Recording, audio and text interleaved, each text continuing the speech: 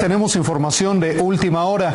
Según información de agencias cubanas, Fidel Castro, líder de la Revolución Cubana, ha muerto a los 90 años de edad. El líder cubano Fidel Castro murió, según ha informado hoy su hermano, el presidente Raúl Castro, en una alocución en la televisión estatal. Es la primera información que se tiene hasta estos momentos. Fidel Castro, recordemos, líder de la Revolución Cubana, muy célebre y pues un líder, sin duda, un líder mundial de los más importantes del siglo XX, ha fallecido, se confirma ya por parte de su hermano Fidel Castro a los 90 años de edad.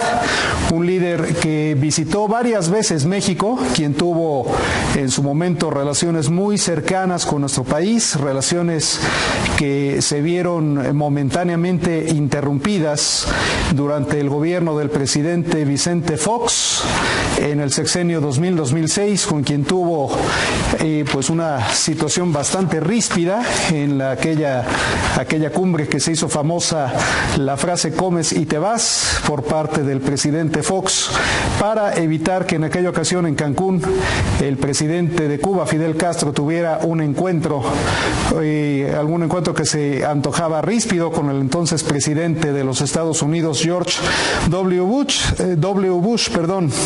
Fidel Castro, recordemos, revolucionario y estadista cubano, él fue el líder triunfante de la Revolución Cubana de 1959, que por cierto fue algo muy célebre, que el ataque al cuartel Moncada, que fue el que marcó el inicio de esa revolución cubana, fue planeado aquí en México, en un café de la calle de Bucareli.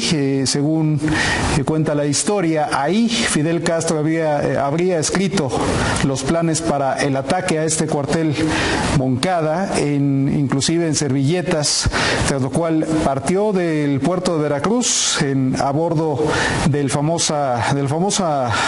famosa embarcación Granma.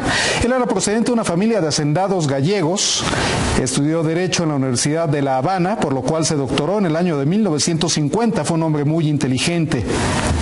Su ideología izquierdista le llevó a participar desde muy joven en actividades revolucionarias como la sublevación contra la dictadura de Rafael Leónidas Trujillo en Santo Domingo en 1947. El fracaso de la misma motivó su exilio a México, después volvió a Cuba, militó en el Partido del Pueblo Cubano y pocos años después retomó su actividad revolucionaria, esta vez contra la férrea dictadura instaurada en 1952 tras un golpe de Estado por el general Fulgencio Batista, quien habría puesto al país al servicio de su propio provecho y de los intereses norteamericanos. Ese fue el principal argumento por el cual inició la Revolución Cubana. Su primer intento fue el asalto al cuartel Moncada en Santiago de Cuba en 1953, que se saldó con un fracaso. Este cuartel no llegó a ser tomado y la acción no provocó la esperada insurrección popular.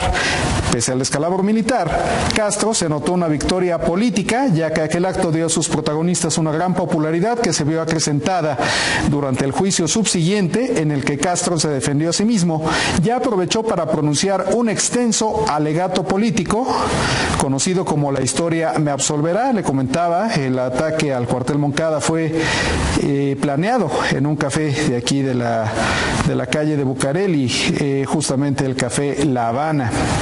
Fidel Castro fue condenado a 15 años de prisión, de los que solo cumplió 2 en la isla de Los Pinos. Un indulto lo puso en libertad en 1955 y se exilió de nuevo a México, en donde preparó un segundo intento. Pero, habiendo aprendido de su experiencia que la lucha tendría pocas posibilidades de triunfar en un medio urbano, esta vez apostó por crear una guerrilla rural en la zona más apartada y montañosa del país, la Sierra Maestra, en la provincia cubana de Oriente. La Revolución Cubana inició con un contingente de 82 hombres, conocido como el Grupo 26 de Julio, como ya le comentaba, a bordo del yate Gama.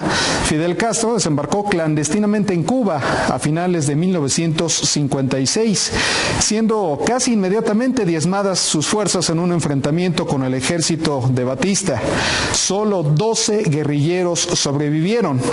2 años después, sin embargo, sus bases en la Sierra Maestra eran lo suficientemente sólidas y sus efectivos efectivos lo bastante nutridos como para llevar a cabo con éxito la ocupación de Santiago en 1958.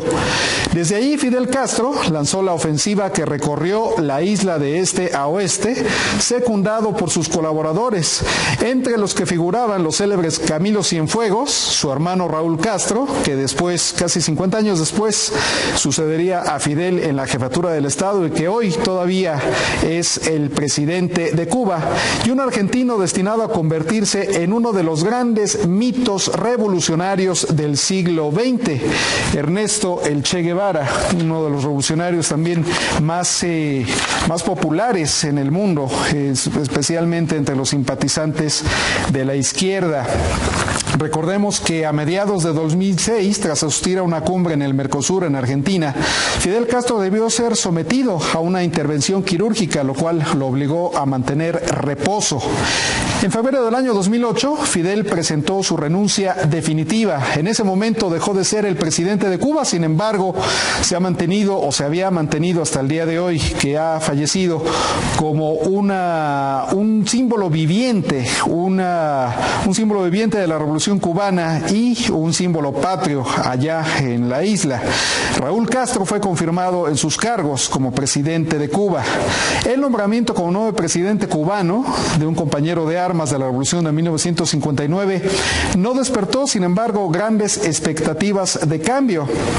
Raúl Castro, efectivamente, no hizo al principio sino continuar con la política de la Revolución Cubana de años anteriores, limitada a cuestiones económicas puntuales. Sin embargo, recordemos que la victoria de Barack Obama en las elecciones presidenciales de Estados Unidos en noviembre de 2008 abrió una nueva etapa en las relaciones entre ambos países. El presidente Obama promovió los contactos con el régimen cubano. En el año 2009 suspendió las restricciones a los viajes desde Estados Unidos a Cuba y el envío de remesas. Por su parte, en lo político, Raúl Castro impulsó desde 2011 una reducción del hipertrofiado sector público y en 2013 una reforma migratoria. Este acercamiento entre ambos países culminó con el anuncio de un acuerdo para el restablecimiento de las relaciones diplomáticas. Esto ocurrió apenas en diciembre del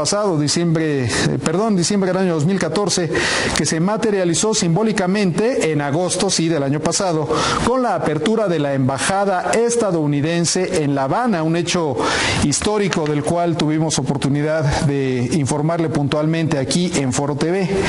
Este proceso contaba con la aprobación de Fidel Castro, que siempre se mantuvo vigilante, aunque pues esperaba ver el fin del embargo. Ya no alcanzó a ver esto Fidel Castro, ese embargo todavía persiste, así como una mejora de las condiciones de vida en la isla. El gobierno de Raúl Castro fue bien acogido y estas reformas, estos cambios fueron bien acogidos tanto por los cubanos como por la comunidad internacional, convencida a estas alturas de la necesidad de un cambio político en la isla, así como de los perjuicios causados a la población. Había condenado reiteradamente el bloqueo a Cuba en diversos foros internacionales.